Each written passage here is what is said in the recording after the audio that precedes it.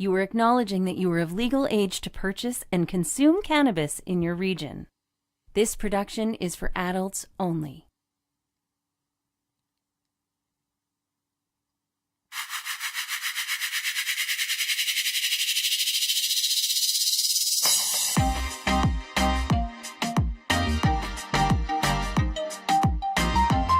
Welcome to the Cannabis 101 podcast, part of the Cannabis Life Experience. Your guide through the legalization and consumption of cannabis in Canada and beyond. Join us on this journey and adventure with the wonderful plant. Here's your host, Dean Millard.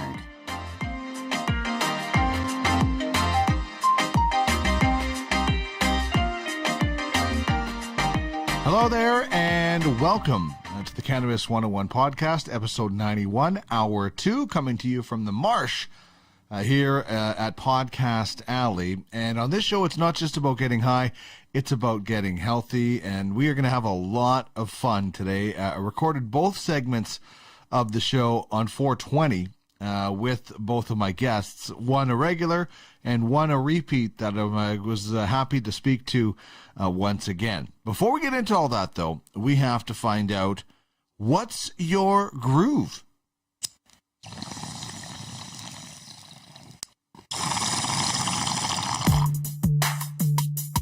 Put that in your pipe and smoke it.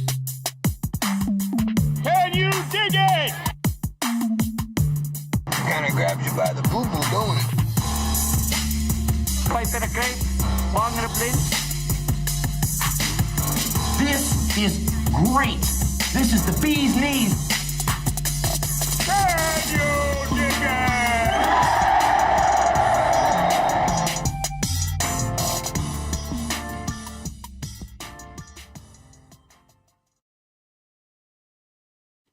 All right, so when I ask what's your groove, as those who have watched the show before, I'm asking if you're consuming something while listening or watching this show, obviously not while driving or operating any kind of heavy machinery, but please let me know what you are grooving with. I have some Blue Dream Click in the Slash from Stone Smiths. 2 clicks, auto fire, and boom. You wait 4 seconds for it to heat up, and away you go.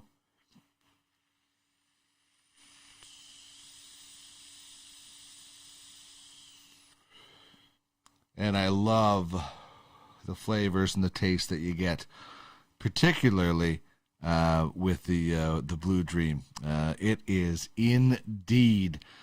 It is my definite go-to. All right, let's find out what is coming down the hash pipe on this episode. So excited to bring you this conversation. I've had this guest on before, but it's been a while. Tyler Rumi is the CEO of Good Buds. Their Sapphire OG is like it. During the interview, you'll see it. It filled up this entire room with the smell just by opening up my mason jar of it. Everything I grab from a store, I throw in a mason jar. But you know what? 7 grams in this package. Like, that is perfect. You don't need anything more. And the buds are huge, as you will see a little bit later on. So, bringing that conversation, we're going to talk about Good Buds. We're going to talk about the carbon footprint left behind right now in the cannabis industry. Earth Day is April 22nd, depending on when you're listening to this. So please take some time. Enjoy the tree on Mother Earth Day, I would say. But we're going to talk a lot about the growing process and how it can be done in a way that leaves less of a carbon footprint. Chris Ianson, of course, is our educator on Know Your Buds. He's the regional manager with Plantlife Cannabis, and he's going to drop by with Know Your Buds. We're doing 72 volt from RGB. I'm really, really pumped about this one. The cannabis question is about 420. What pairs well with cannabis is about vaccine recovery, and we'll tell you about the Weed Weekly and a whole lot more as we get going. But let's start off with the cannabis question.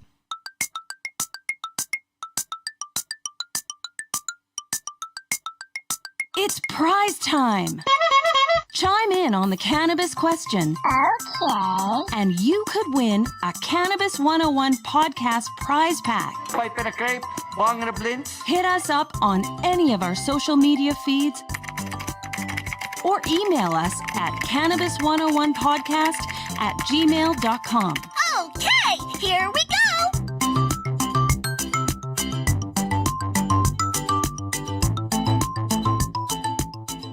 So the question I'm asking, it's on the screen if you're watching. If you're listening, thank you very much. If you would like to check it out, we have a YouTube channel, the Cannabis 101 Podcast. But the question is, how did you celebrate 420? The question that came out on 420 was, what are you going to do to celebrate? And now we're asking, what did you do to celebrate? I went and visited some friends. As far as, friends in the industry at different stores, it was quiet. The second straight year, 420 has been quiet, and we all know why. And I'm not blaming anybody. I think it's the smart thing to do, but it is strange. This is such a social event, and we still can get together outside, so physically distancing, making sure that we're wearing masks when we're communicating with each other. Obviously, you're going to probably take it off when you're smoking. But yeah, I want to know how you celebrated 420. We'll have a Cannabis 101 podcast, a prize pack, just for chiming in. I like this one. This is a good one that came in. How am I going to celebrate 420? Going to work in the morning, coming home, and getting ripped. There you go. I like that email that came in from Jay. Makes sense. He's going to have a J and get ripped. So, check it out. Tell me what you did to celebrate 420. I really wanted to get on Relevant today. I was just so busy with a couple of other things. I was involved in a roll call event where there was over 100 people involved from all across the cannabis industry. A really great, diverse group, in association with What Cannabis Can Be, a brand new website. So check it out, whatcannabiscanbe.com, and Diplomat Consulting, a big part of that, and it is exciting, the things that are going on in the cannabis industry. So I didn't get a chance to get on Relevant today. I'm so bummed out. I had a couple of things lined up, and they just unfortunately fell through at the last minute. But we are going to be on there. We are going to be getting more regular and having more chats. I really want to get to know the community. It's hard to do that in podcast form, but we can do that at Relevant. So download the app. Relevant is spelled RELEVNT, and then find the Cannabis 101 podcast vibe. It's going to be fun. There is some great stuff going on there right now. Even if you're not a cannabis fan, there's some great sports stuff as well. So check that out. And as mentioned, we'll be on there much more regularly in the next little while once a couple of things calm down in my other part of my life. As for what pairs well with cannabis, that for me is vaccine recovery. I got my vaccine, well, at least the first shot the other day, and I came home. I made sure I had lots of Blue Dream because, that just is my comforting cultivar. I grabbed some other things for pain relief as far as a rub after, the day after, because your arm is so sore. But the cannabis rub really helped. So vaccine recovery is definitely what I would say goes well with cannabis. Tell me what you pair well with cannabis. I would love to hear from you. And I'd love for you to check out the Cannabis 101 podcast and find out who are the C101 partners. We've got some great people involved in this program. You can check them out on our website.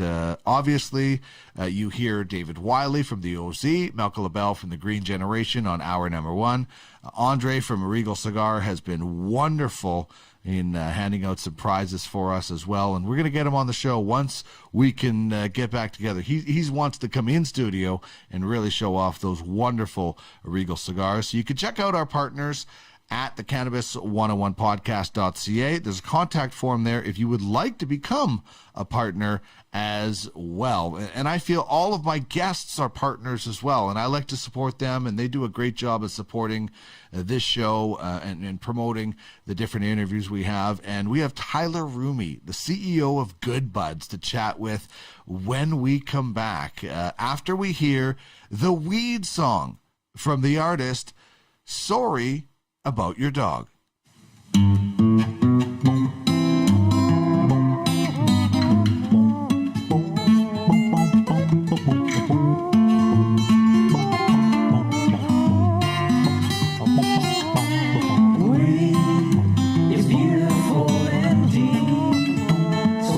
Smoke some grass. It's time to bust out this podcast.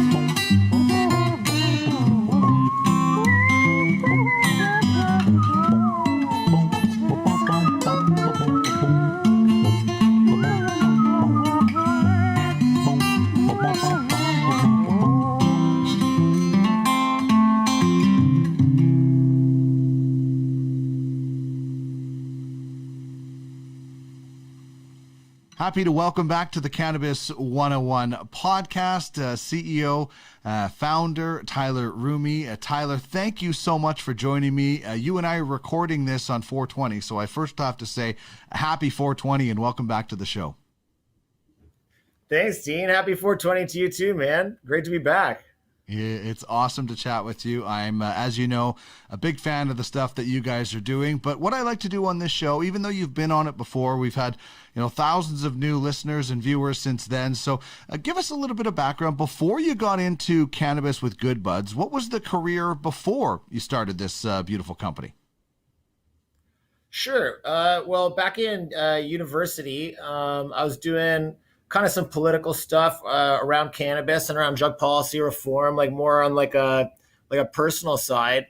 So at that time, I started cultivating under the MMAR framework in 2000 for a few years, and then went and worked in kind of like more photography and digital branding space for a while, and then came back to cannabis when things started changing legislatively. Yeah, and were you always thinking that that was going to happen, that, we're going to work hard, we're going to get to the people, we're going to get to the politicians that make these decisions and get legalization? Or was there a part of you that was like, I don't know if this is ever going to happen? That's a great question. So I was around, because I was in Montreal, Justin Trudeau, when he was first elected in Papineau, there was a lot of people in the kind of cannabis reform space there that were working on his campaign. And so it was already the buzz that this was going to happen. But then the Conservatives kind of took the majority government, and you could see that that was very much getting put on pause in a substantial way. Whereas there was a lot of other cool advances in the industry, in the gray and legacy market at that time. Things were not as much popping until Justin Trudeau came back, and then we had legalization. So it was a pretty interesting journey in that sense, but yeah, it was a pretty wild one too, a hurry up and wait, so to speak. Yeah, no kidding. There was a point in my life when I thought this is never going to happen, and then you just chip away, and more people started coming around to it, and here we are enjoying this beautiful thing that is legalization. So there's a really great story I'd love you to tell about Good Buds and literally the journey that you took to start this company. Can you lay that on us? Yeah, for sure. So it started, I guess, back in Toronto in a van. My partner and I, we drove across Canada, drove out to Salt Spring Island in BC, and kind of found the farmland where we wanted to build Good Buds and build the brand and the company. So I was living out of my van that time, and did for the first couple of years while we were building the site and developing the business. And so it all kind of started from a big cross-country van trip. How long did you live out of your van for? Probably about 2.5 years.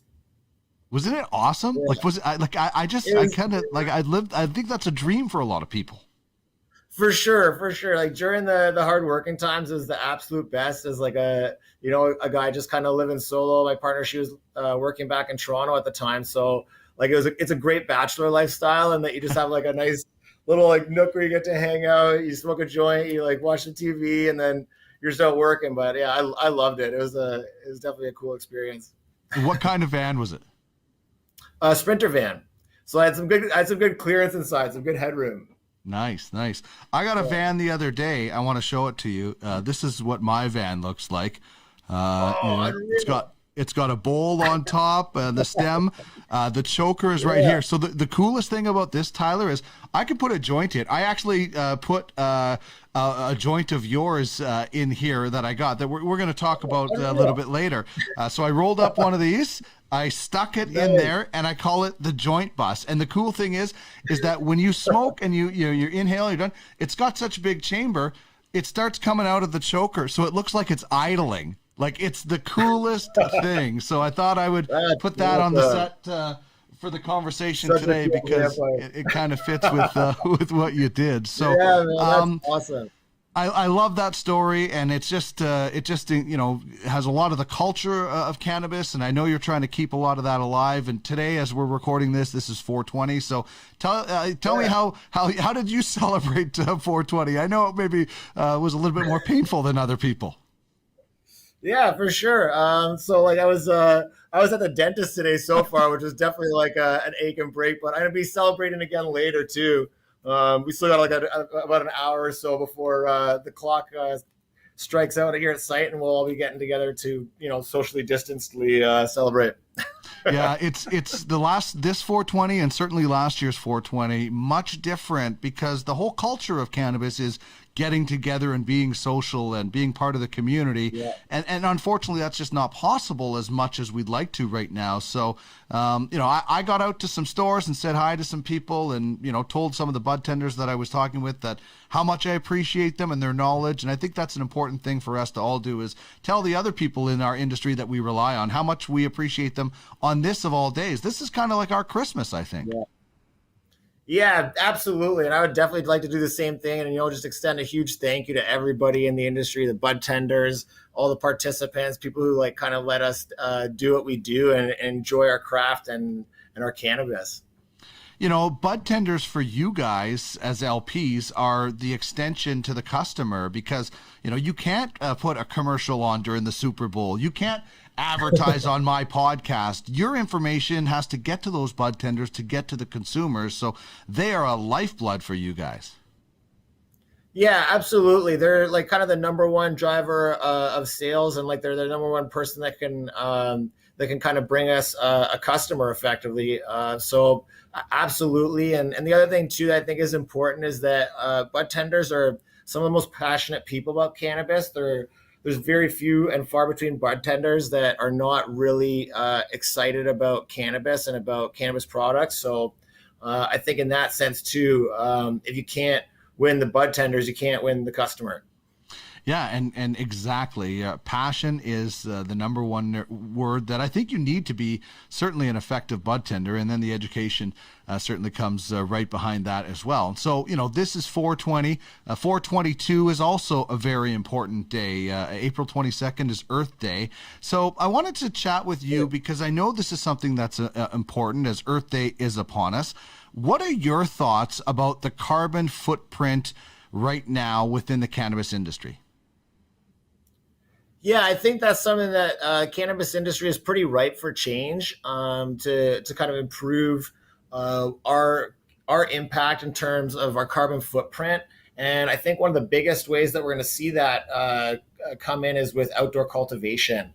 It's just such a no-brainer in so many other spaces and industries that we'd want to move to a more sustainable cultivation cost. And as we are able to like better improve our craft outdoor offerings, I think that'll be a great path to being able to also reduce our carbon footprint overall dramatically. I mean, yeah, it has to happen. Well, it has to happen in so many I guess, different industries. But, this as being a new industry, the two things I think I always look at with the cannabis industry being so new is we can be really diverse. Like we can be a brand new industry that can be, blow a lot of industries out of the water that, let's face it, a lot of boards on a lot of places are old white men, and we can get diverse people of color and gender in there. And also we can really set the standard because, cannabis, the culture, Mother Earth, the Mother Nature, it all comes full circle, and we have to be responsible because there's some pretty alarming statistics out there within, the cannabis industry and how much water and different things are being used. Yeah, absolutely. Water, electricity as well is a huge one. If you look at the consumption that you get from using lights, like cultivation lights, something like that is just going to always have an enormous footprint on your grams of cannabis. Relative to being able to grow them outside. And then water too, absolutely is definitely important. So in that sense, any movement in the industry towards using organic and sustainable and regenerative farming practices so that the wastewater is not going to be polluting with like too many nitrates and sulfates, like any kind of ecosystems is really important, I think, for letting the cannabis industry become more, like you're saying, like a custodian of the future in how we impact the world, as opposed to like hanging on to a shitty legacy of being really bad for the planet. Yeah, no doubt. It's like, if you ever go backcountry camping and they say, pack out what you pack in, take out what you take in. And same with your water, right? You want your runoff water to be able to go back and not pollute everything else. And that's the same thing. If you're not putting stuff into that water in the first place that shouldn't be there, then you should be okay. So what is what are the things that you guys are looking to do and are doing and hoping to convince a lot of people to do to limit that carbon footprint with Good Buds? Yeah, so the first and like most dramatic one for sure is cultivating outdoors, like during the summer season, and that's an enormous one because you can do a pretty big scale of bud, and you're reducing the footprint that you get from your grow lights, which is like quite dramatic actually. When you think about it, it's kind of like for every maybe 7 kgs, you're dealing with like a whole house for a month. Like it's just a crazy amount of power that's being consumed on a daily basis to produce that cannabis. And then the other thing I would say that's really important is we're using recycled soil inputs. So all our beds indoors are no-till beds, which means that we don't throw out the substrates ever. We keep reusing them every single cycle and just add in a few amendments for the plants to consume. And that's a really big factor in how we're able to reduce that consumable footprint by not constantly bringing in soils and then just filling with salts and throwing them out at the end. Instead, like our beds come and stay, and we find too, as they get into their further cycles, like 6-7 cycle, we're getting really incredible results because the mycorrhizosphere is just like pumping now and so well developed that it's really giving back to the plants, and we're getting some great results. Yeah, that's what I wanted to ask you, is that are you seeing a difference in how maybe was done before, or just how it's always been done as far as the plant? What are some of the things that you're finding are really different and improved as you're doing this, as you get through like the 6th or 7th cycle? So we're finding the THC is improving, which is really great, and stabilizing much better. The other thing we're finding too is we're getting much better bud structure. So like more kind of like dense and spongier buds as well. So like a few things that are just like, commercially really awesome, but also just like in terms of plant vigor too. We're finding like the growth is like a lot more vigorous as well. Sometimes even we're doing rooms now where it's no feed and it's just water. So like we won't even feed it like a tea or anything. It'll just be water in the bed. And because it's that 5th cycle bed, like it's all in there. The plants just take off and are loving it. I love that as well. I also love the packaging. This is 7 grams, 1 giant bud in there. It was so awesome. And that's another thing. We can all improve the packaging in the cannabis industry too. Yeah, I think something that would be really interesting would be for excise to move to kind of like more of an alcohol model where you can have, say, like just like in the legacy days, why shouldn't a dispensary have a half pound of Good Buds' mango taffy? And when people come to grab something, maybe they bring their own jar. Maybe there's other ways that like does every single one have to be ripped open from like an original final package, or is there other ways for us to distribute this product from like more of like a bulk to direct consumer that just would reduce the waste exponentially by not like you'd be able to still do small kind of takeaways like, oh, I want one pre-roll or I want 1 gram without having to have all the additional packaging associated with that. Yeah, it's got to get there at some point. Just like you can take and get your own craft beer in a kind of a jug or different things like that. So I think we'll get there at some point. I know there's a word that gets used a lot, and that's the word organic. Sometimes it's not always used correct by some places, but what is your definition of organic, Tyler? Yeah, so my definition of organic is that you're using inputs from nature that would like naturally exist in your cultivation practices versus things that are kind of manufactured from chemicals. And then more specifically, what it means to Good Buds is that we have an audited quality program that we get audited by the Fraser Valley Organic Producers Association, which is VOPA. And they come in and they actually inspect our whole process to ensure that every input that we're using is organic and has been certified organic, and also just looks at how we handle our products and how we process our products as well to ensure that when we now go and sell our products on the market, they've been handled with the same level of integrity to be able to sell it as an organic product. And that certification right on the packaging as well, that lets people know that you are certified in that and officially going through all the correct steps. What would you say if I asked you to describe Good Buds and tell me kind of what your group is all about in a few words? Yeah, for sure. So we're about sustainability and organic cultivation, and we're about the cannabis. Like we love really delicious, flavorful, interesting, and unique cannabis, like top to bottom. That's kind of what our team is about, and we're trying to bring in the people that are passionate about it. From all parts of the industry, legacy, and new to the industry too. And then we're also just trying to really focus on a product that we can stand behind from a consumer standpoint and from a sustainability and kind of like greater accountability standpoint. Other than the soil, which we just discussed, can you give us some details on the growing process? I know you've talked about outdoor grows, but what is kind of the start to finish process for Good Buds? Yeah, so we cultivate inside from clones. So we'll cut clones from our mother room, and after those clones have rooted for a couple of weeks, we'll plug them right into a bed. And that bed, it's pretty chill after that. That bed gets watered. We'll prune it and just kind of let the plants do their thing. And then you guys are very, as you described, small batch, hands-on, making sure that bud looks like, I know what good cannabis doesn't look like. When I can just crush it in my hand and it dissolves, or it looks like it was trimmed with a butter knife. Like I know what it doesn't look like. What does good cannabis look, feel, smell, taste like to you?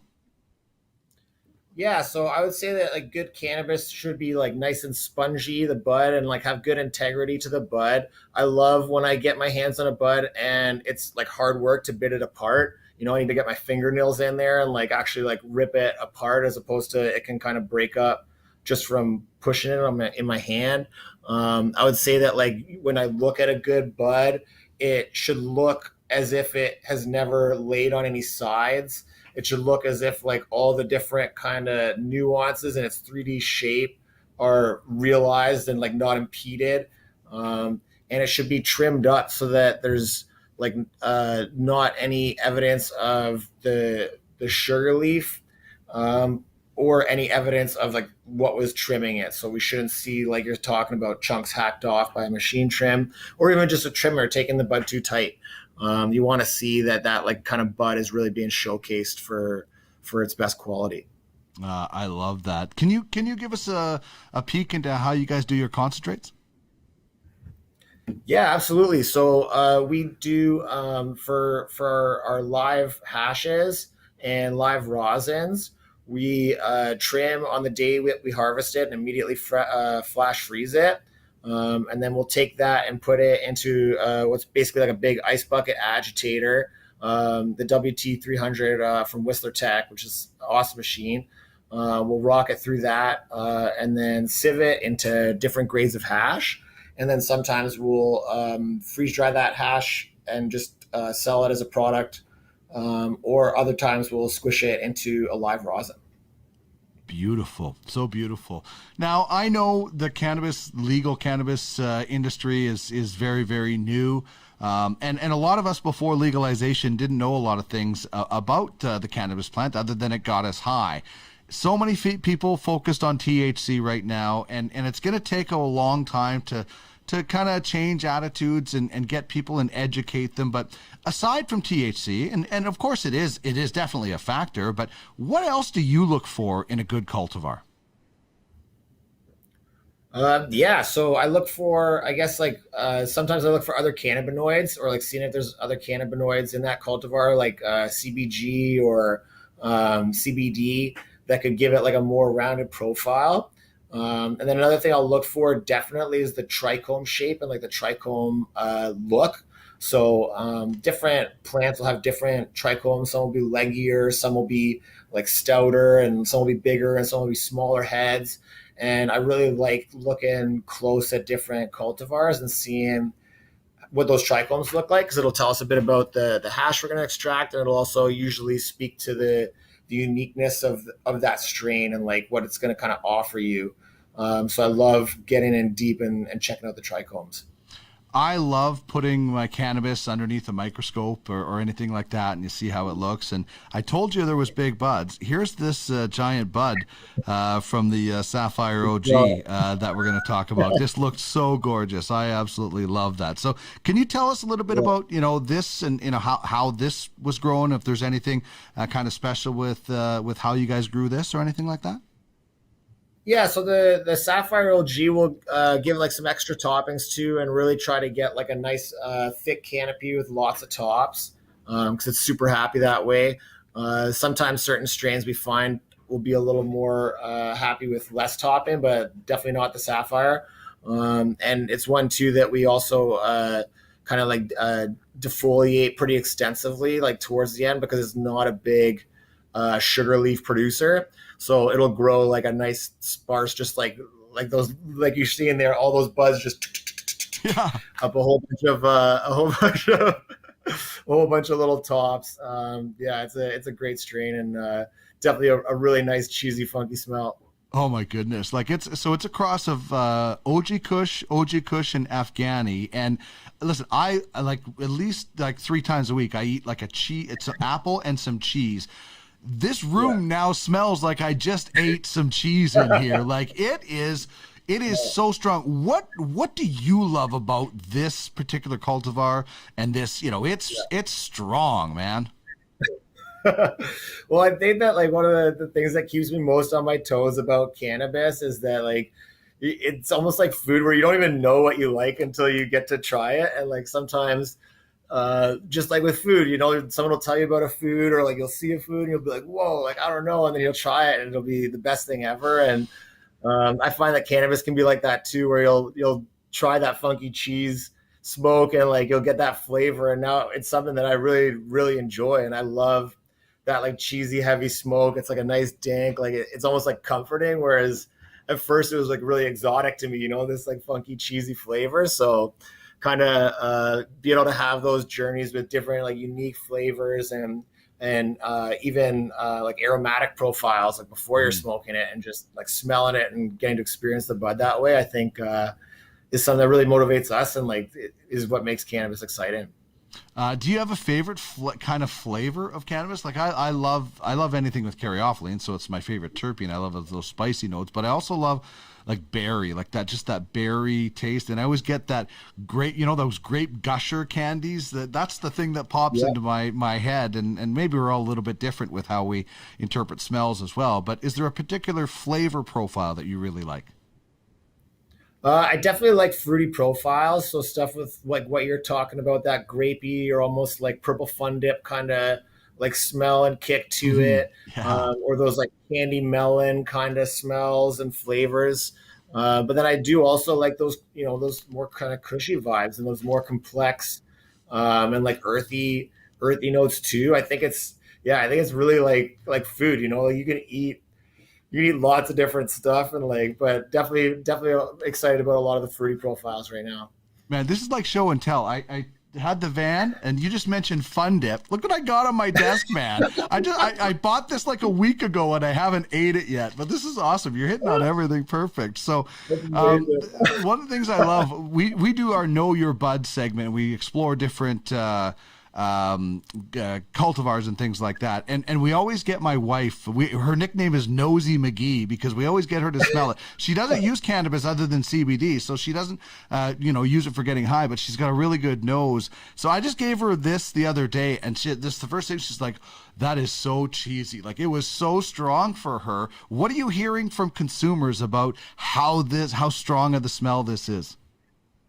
Yeah, it's definitely a pretty potent one. I think like in some cases, like people are a little overwhelmed when they get it at first. And we did a rosin of it actually, and we heard from one customer that she opened it and the smell was so strong it made her puke, which I thought was pretty funny. But it's a very like distinct cheesy smell. So like I've known too, like sometimes when you walk into, like, I don't know if you've ever been to a meat shop or like a cheese store where they've got a lot of cured meats. And like, I love that food, but sometimes you walk in there and like, it doesn't make me feel like puking, but it makes me like, it's a strong smell, let's just say, right? So I can see how for different people, they'll react differently to some of those stronger smells. But I think it also kind of marks the uniqueness of the terp profile as being the real cheese, so to speak. Yeah, like listen, I'm very sorry for that customer that threw up, but if I was you guys, I'd be like, wow, we did it, man.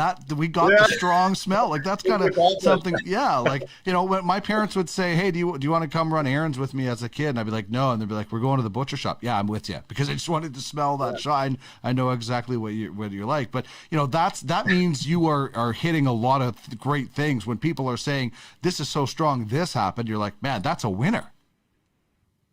Yeah, I think so. Like the mango taffy too, it's got a very different like strength to it, but it's got a real strong gas as well. And you'll open that jar and like it just really like knocks you on your butt how strong a smell it is. So I think that being loud like that, it's important to kind of keep your product unique and on people's minds. Man, 20 years ago, we didn't want it that strong of a smell because we didn't want anybody to know what we had. And now we want everybody to know how great it smells. So it's funny how things turn. What's coming down the line for Good Buds? What are you excited about as we kind of keep, going and producing? Do you have anything you want to share with us for what's coming out? Yeah, for sure. So it's definitely been like a great R&D year for Good Buds. We're putting out a couple new strains. One is the Glurantan, which is like a super lemony, cleaner, piney smell, and coming in like the mid to high 20s THC. So like definitely a great smoke. It's like 4.5 terps, like really strong. Wow. And another one called Dosey Melon. That one's much more of like a fruity profile, like very like tropical kind of fruits or like melon bowl.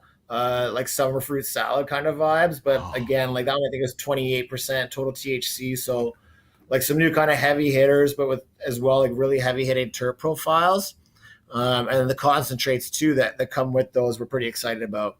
That's awesome. Yeah. And we're growing a few of those cultivars outside this summer too. So we're really excited this fall about being able to show everybody how those are doing because I think it's going to be a big game changer for how people approach outdoor cannabis. Yeah, and realizing that you can grow that quality of a cannabis under the natural sunlight and different things. So that I can't wait to get that Dosi melon. That sounds like it's right up my alley. As far as Yeah, it's a delicious. You're gonna like it, Dean. It's really good, man. It's tasty. Right. I can't wait. All right, let's wrap up with this question. I always ask it of everybody. What do you think is the next big thing in cannabis? I mean, when we look back to the start of legalization and we had weed and capsules, and now we have a ton of great products in the concentrates. There's some drinks out there, and there's different edibles. What do you think, whether it's a product or just a development within the industry, what's the next big thing for cannabis? I think the next big thing for cannabis is going to be deals. It's already going that way. I think they're just going to get better and better and stronger. We've already seen how strong the depression has been on things that are overpriced. Next, we're going to see now, I think, the same thing happen with quality, where quality is going to come in and just start hammering down across the market, where people are going to get such a good value also for a good price. And that's going to be like a really exciting trend in the next kind of 12 to 24 months, I think, in the Canadian cannabis space, is just the quality starting to match where everybody wants to pay for products, and it just being delivered. Yeah, and then we all win as consumers, and the industry gets stronger together. It's I can't wait for that to happen. We're starting to see a little bit of it as well, but soon there'll be a landslide of it. Tyler, this has been so much fun, man. I can't wait for this world and this pandemic to allow us to travel and get out to that beautiful island where the salt breeze impacts that great taste of your cannabis, and we'll be able to smoke a fatty together, man. This has been a lot of fun. Thanks for doing with me today. Yeah, my pleasure, Dean, and happy 420 again, and thanks so much for having me, man. This was great, and wishing you the best.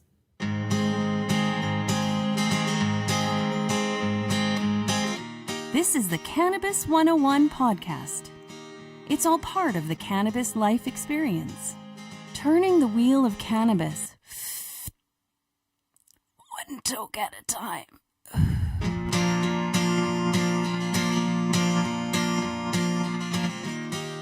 What a chat that was. We're going to keep it going with one hitters featuring Tyler a little bit later in the week. We'll find out some more about his cannabis history. That will come out on the weekend. You can find it and past episodes at cannabis101podcast.ca. You can also subscribe there to the Weed Weekly and get in on our Friday giveaway.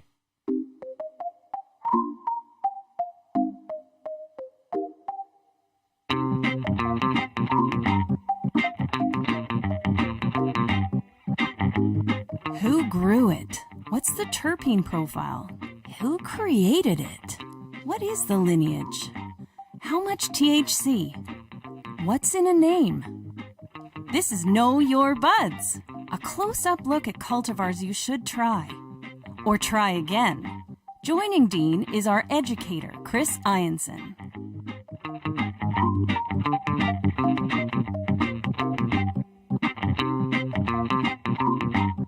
Love exploring another cultivar on Know Your Buds with our educator, Chris Ianson. Of course, a Plantlife Cannabis regional manager. You can check out all the things they have going, including the new Plantlife Family Rewards program at plantlifecannabis.com. As I bring in my good friend Chris, who I was able to visit with today at the South Common store. Well, today being 420 as we're recording this, and it was fun to get around to it and celebrate 420 with some of my good friends. How was the rest of your 420 in the different Plant Life locations you were at, Chris?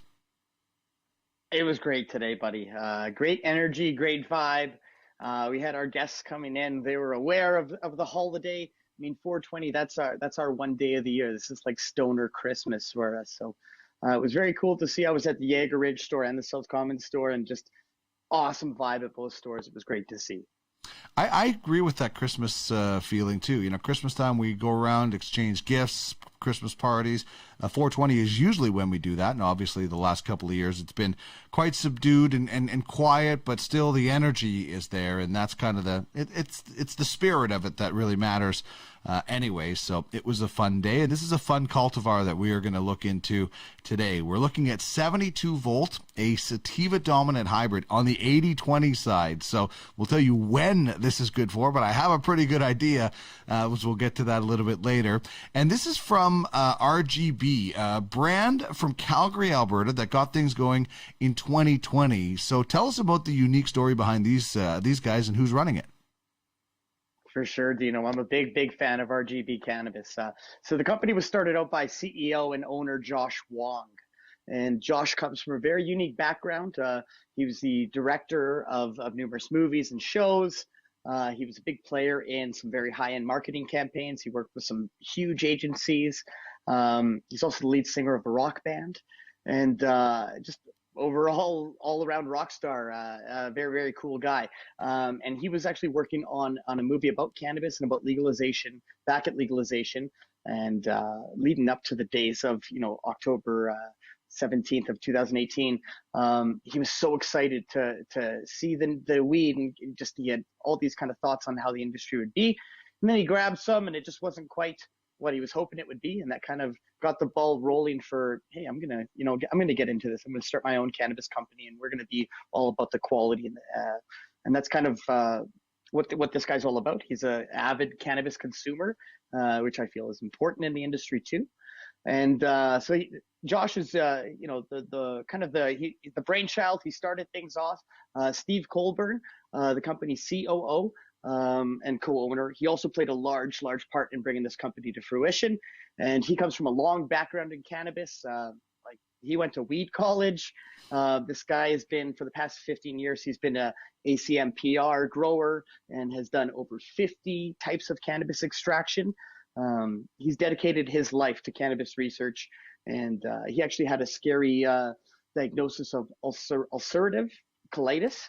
And he's been his own test patient on numerous medicinal approaches with cannabis. So two great guys. I was lucky enough to meet both of them and got to smoke a couple joints with both of them too.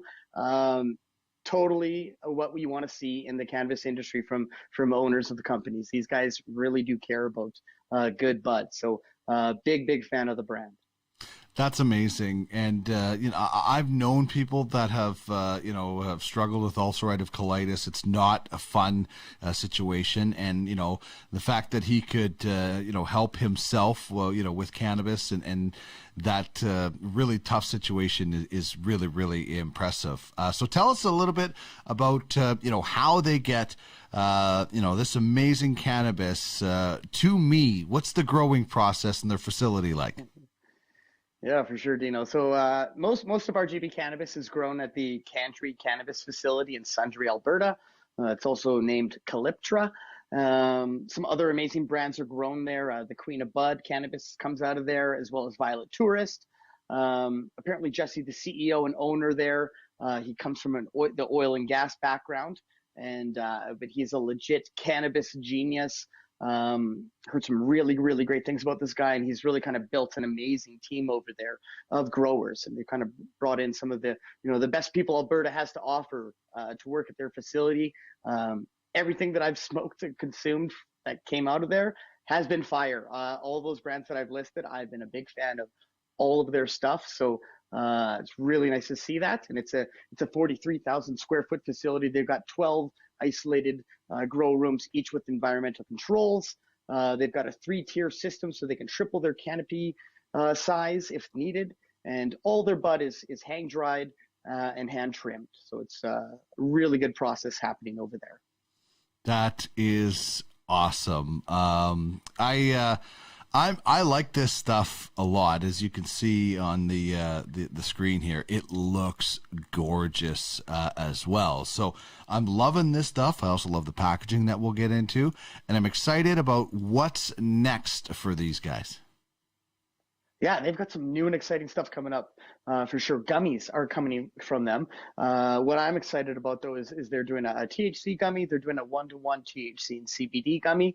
And then they're also going to be doing CBG gummies, cannabigerol, and that's kind of the mother cannabinoid. That's what everything kind of starts out as. And they're also going to be doing a CBN gummies as well, and that's the sleeper cannabinoid. That is one that really, really excites me. I would love to see more CBN options on the market. Right now, I've had some in the past, some CBD and CBN gummies.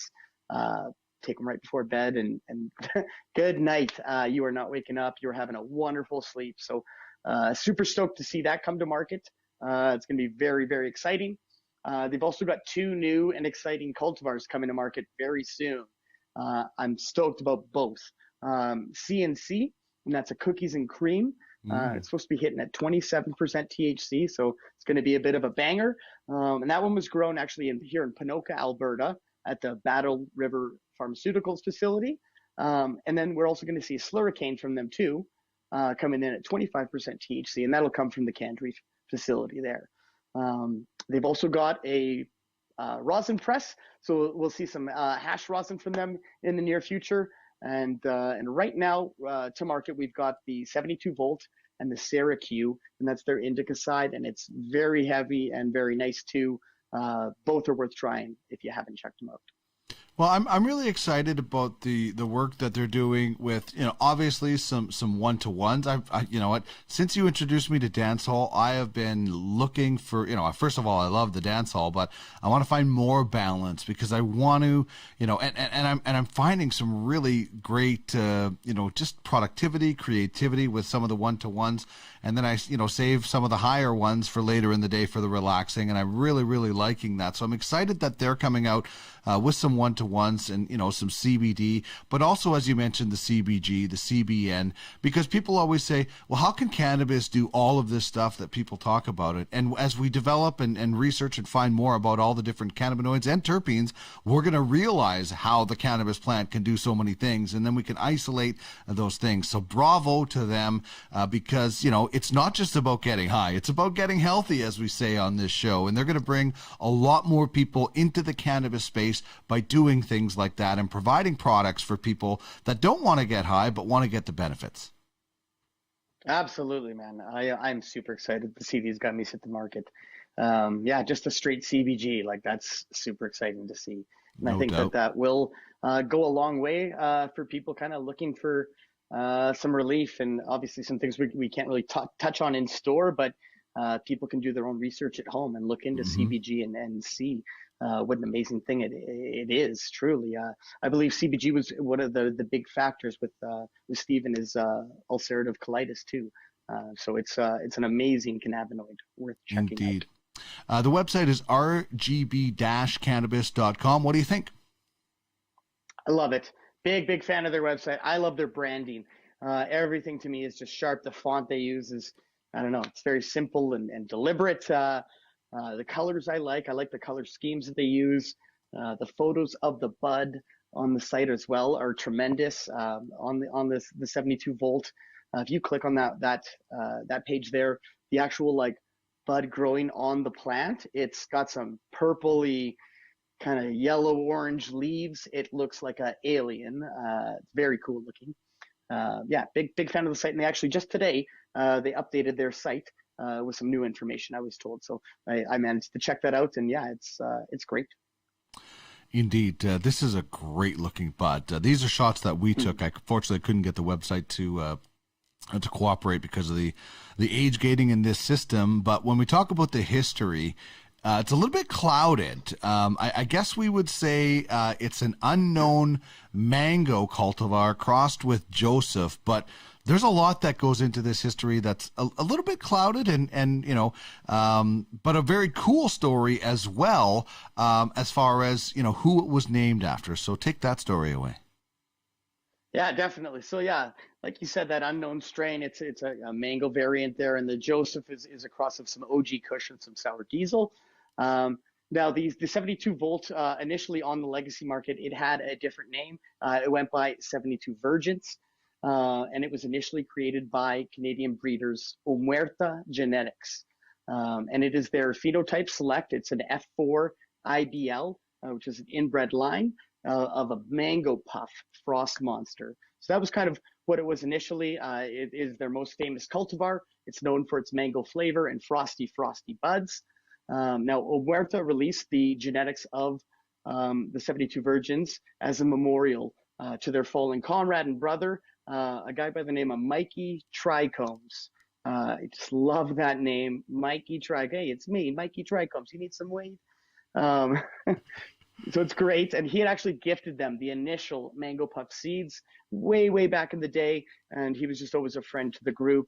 And so they, to honor him and his legacy, they kept to the name 72 Virgins, which was what Mikey Trichomes wanted to call it.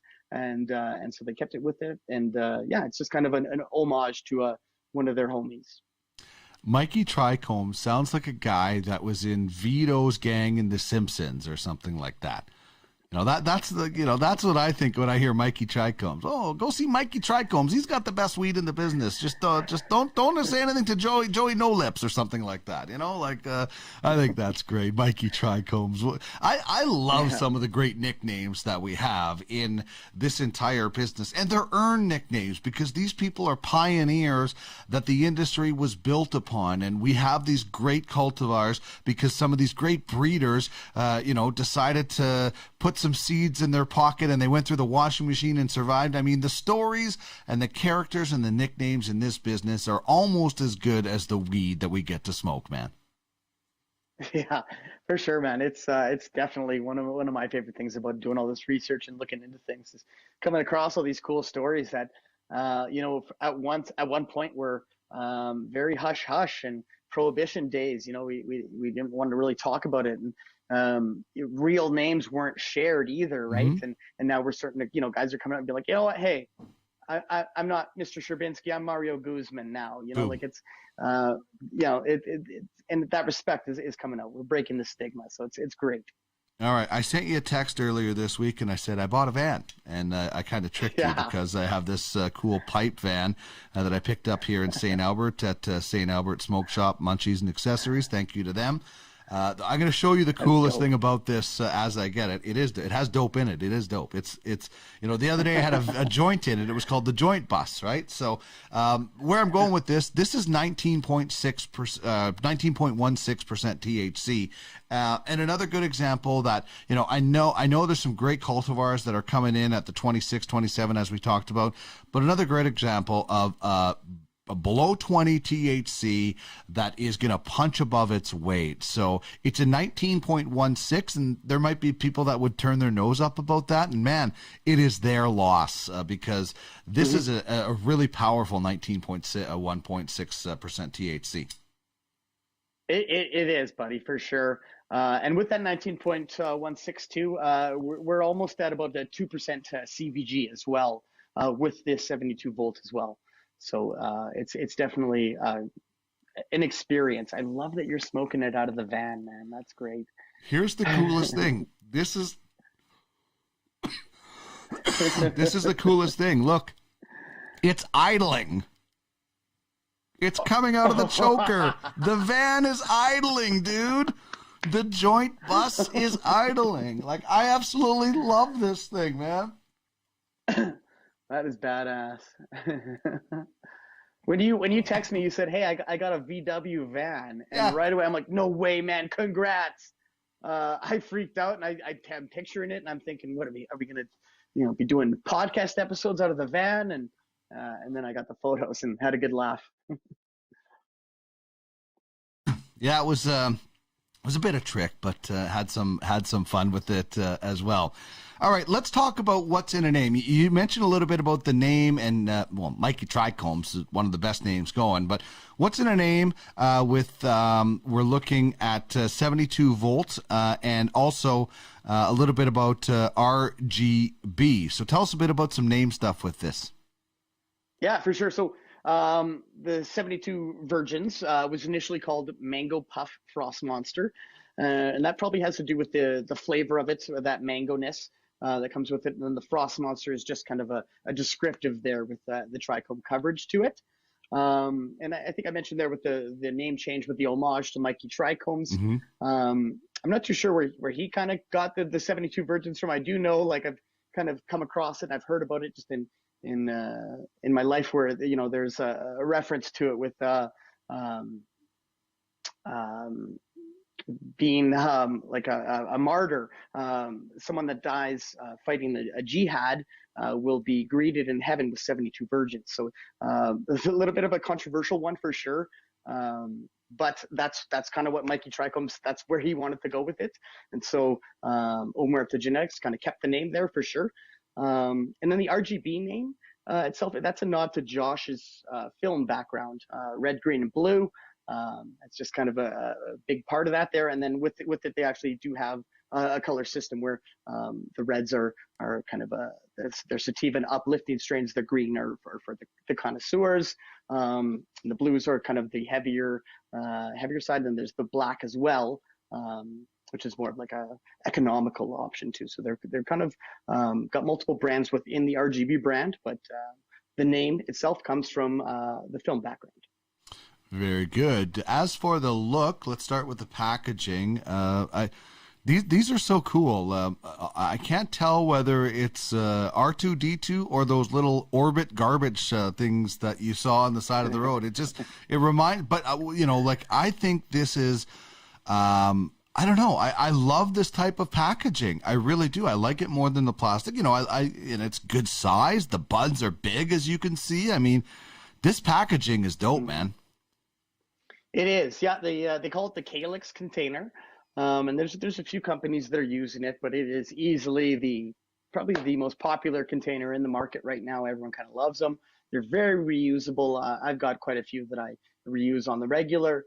Super easy to get into. It's just a little squeeze to kind of get into the lid there.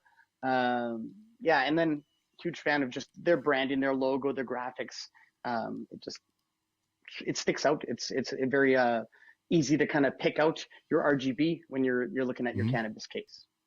Yeah, it opens easily. You just pinch the sides and off it comes right there. So yeah, no humidity pack in there. That's the one thing I would love to see, but it doesn't have a lip either. So that's something we both love. You can scoop out and brush out all the trichomes. Listen, Mikey Trichome would really like you to be, scraping out the trichomes out of this. So I like how they went that, pay homage to him as well. But even though there was no humidity pack, still in really good shape as well. And I'll bring this shot up of, there's some really juicy big buds in there with some great colors. What are you seeing when you first looked at this? So for me, it was like darker buds right off the hop. It was very noticeable, very dark green with some purple flecks, real vivid orange pistils to it. It looks really nice kind of when you're holding it in your hands and you're looking at it, I guess, in real time. Excellent dusting and trichomes across the buds. Stellar trim job. There's kind of nothing you don't really want on there. That's all pretty much smokable stuff, minus maybe a couple of sticks. It's definitely craft cannabis. I feel like that's kind of a focus on their trim team for sure, is making the stuff look pretty, because all the RGB stuff that I've seen has been real nice. Beautiful. Also great stuff when it comes to terpenes. I love them. I'm trying to learn more about them.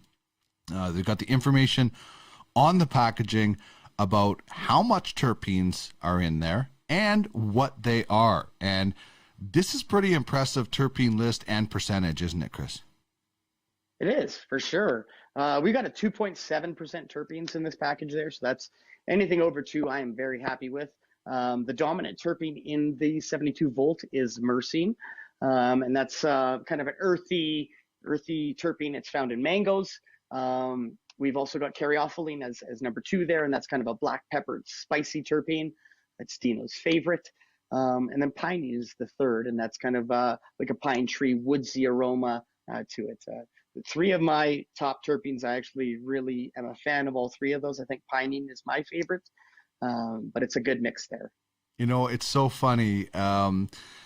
I love that black pepper spice, and I think Nosy McGee, my wife, who Trish, and we always give her the cannabis first, and she doesn't smoke. She uses CBD, but she doesn't, smoke or vape or anything like that. But her nose, as you know, Chris, is pretty good. So with me, I got Earth, and I got some like black dirt kind of a smell. She went right to the pine. And the other day we were out for a walk and we walked past and she's like, "Oh, that smells like piney." And I'm like, "Yes, she's getting really into it."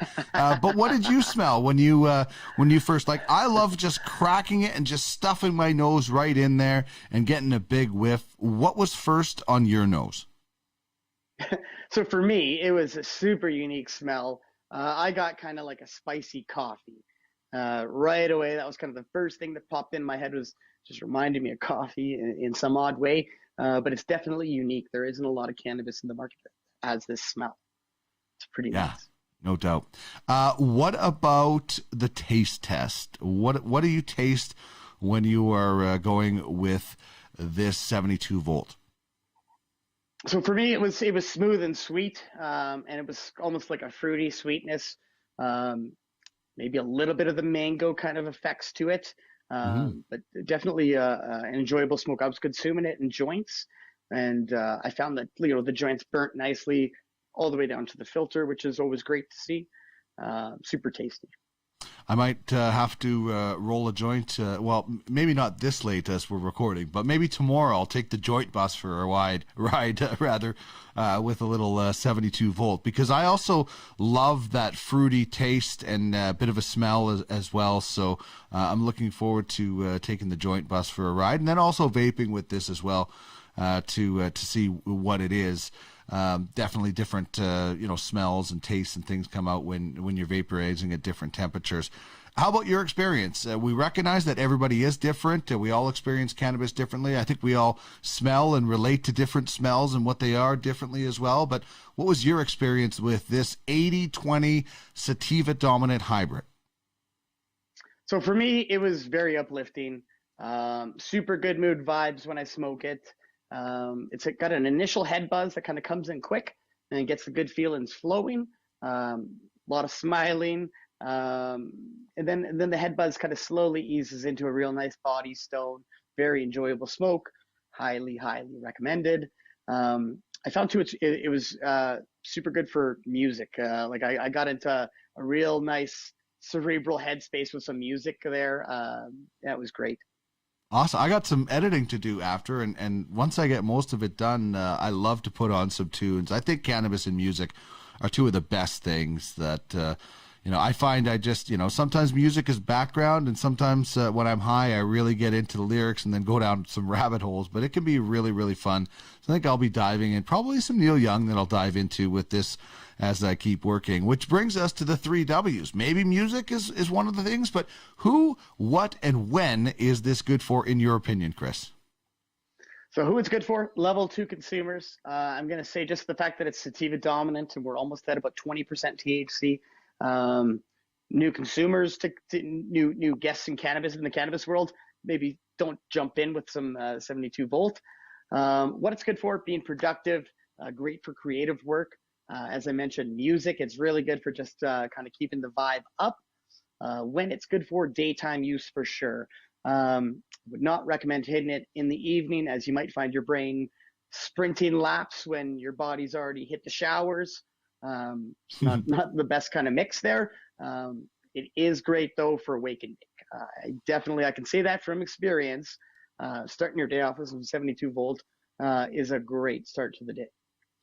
Brilliant. Well, good recommendation for people that want to get their creative groove on with some 72 volt from RGB Cannabis, just south of us in Calgary.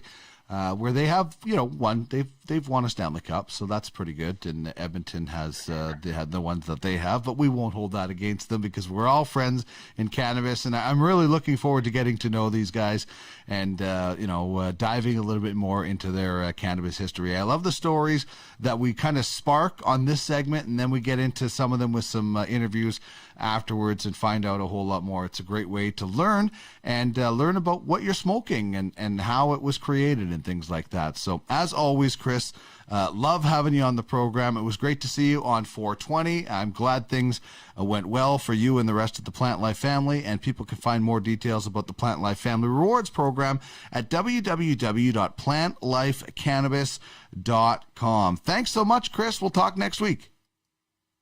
Yeah, Dino, thanks for having me, buddy.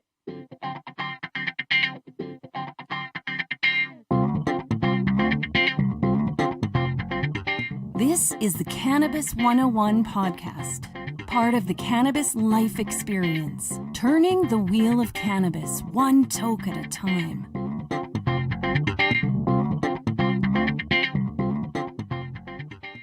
All right, that is going to wrap things up for another fun episode of the Cannabis 101 podcast. Big thanks, of course, to Tyler Rumi, CEO of Good Buds, and Chris Ianson, regional manager with Plantlife Cannabis.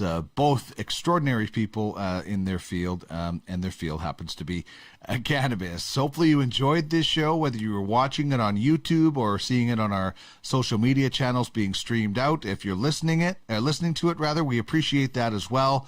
The show is growing in a fun way thanks to you out there in the cannabis world, whether you're in the industry or just a fan of the plant. We thank you, and let us know what you think of the show. Subscribe on YouTube. Just click that bell, hit subscribe, then the bell. You'll get a notification when we put out a show. Wherever you're listening to, you can subscribe. It'll come right to your library, and we'd love to hear from you in a form of a review wherever you are listening to this podcast. And also want to tell you about the Weed Weekly that we have that comes out every Friday on the Cannabis 101 podcast.